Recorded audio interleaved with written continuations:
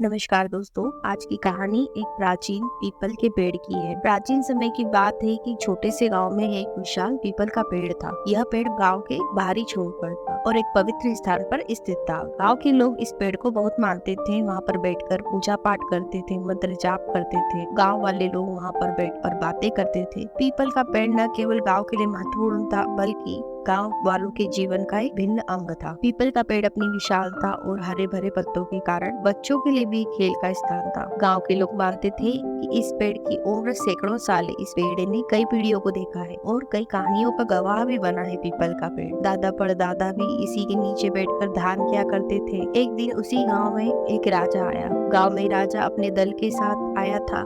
राजा शिकार के लिए जंगल में निकले थे। तब उनका काफिला रास्ता भटक गया तो राजा बहुत थके हुए थे उस समय। तो गांव वालों ने बोला कि राजा जी, आप इस पीपल के पेड़ के नीचे विश्राम कर लीजिए। तब यह सुझाव राजा को ठीक लगा और उन्होंने अपनी प्रजा के साथ वहीं पर बैठकर आराम किया। राजा जब पेड़ की छाया में बैठकर विश्राम कर रहे थे तो उन्हें असीम शांति का अनुभव मिला और उनकी थकान भी कुछ ही समय में समाप्त हो गई और उनका मन शांत हो गया। जब गांव वालों से राजा ने पूछा कि इस पेड़ में ऐसा क्या है कि जो मुझे इतनी शांति और यह सुकून दे रहा है, तब गांव के बड़े बुजुर्ग ने उत्तर दिया कि महाराज, यह पीपल का पेड़ कोई साधारण पेड़ नहीं है। इस पेड़ में देवताओं का वास है। हम भी यहाँ केवल छाया लेने के लिए नहीं बैठते हैं, बल्कि यह हमारे जीवन का मार्गदर्शन भी करता है। इस पेड़ की छाया में बैठकर हम ध्यान करते हैं और अपने मन को शांति का अनुभव करते हैं। राजा ने यह सुनकर पेड़ की महिमा को समझा और प्रण लिया कि इस पीपल के पेड़ की सुरक्षा वह हमेशा करेगा। समय बीतता गया। एक दिन राजा के राज्य में अकाल पड़ा।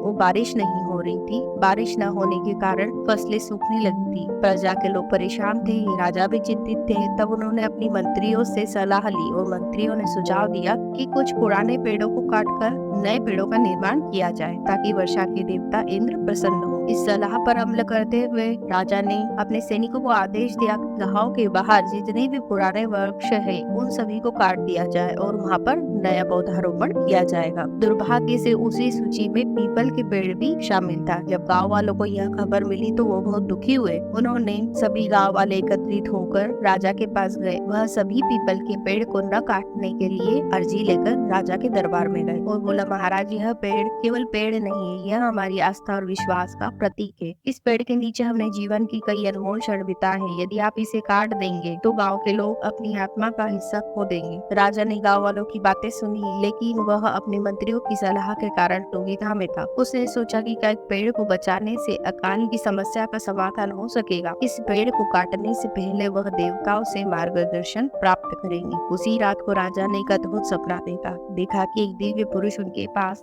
आकर कह रहा है कि इस पीपल के पेड़ को मत काटना। यह पेड़ केवल वृक्ष नहीं है, यह तुम्हारे राज्य के भविष्य का संरक्षक है। इसे बचाने से तुम राज्य में सुख, समृद्धि और शांति बनी रहेगी। यदि तुम इसे काटोगे तो अकाल और अन्य समस्याएं और गहरी होती जाएंगी। तुरंत फैसला लिया कि वह पीपल के पेड़ को नहीं कटवाएगा। अगले दिन उसने अपने सैनिकों को आदेश दिया कि पीपल के पेड़ को छोड़कर अन्य पुराने पेड़ों को काट दिया जाए। तब कुछ ही दिनों बाद राजा के राज्य में जोरदार बारिश हुई और फिर से खेत हरे भरे हो गए और अकाल भी समाप्त हो गया। तब राजा ने समझ लिया कि पीपल के पेड़ को बचाकर उन्होंने सही निर्णय लिया। इस छोटी सी कहानी से हमें क्या शिक्षा मिलती है? वृक्ष केवल पर्यावरण का ही हिस्सा नहीं है, बल्कि वह हमारी संस्कृति और जीवन का अटूट हिस्सा है। क्योंकि वृक्ष हमारे लिए ऑक्सीजन और भोजन का स्रोत नहीं होते, बल्कि वह हमारी संस्कृति की धरोहर भी है। उनका संरक्षण करना, उनकी रक्षा करना हमारा दायित्व बनता है। नमस्कार दोस्तों।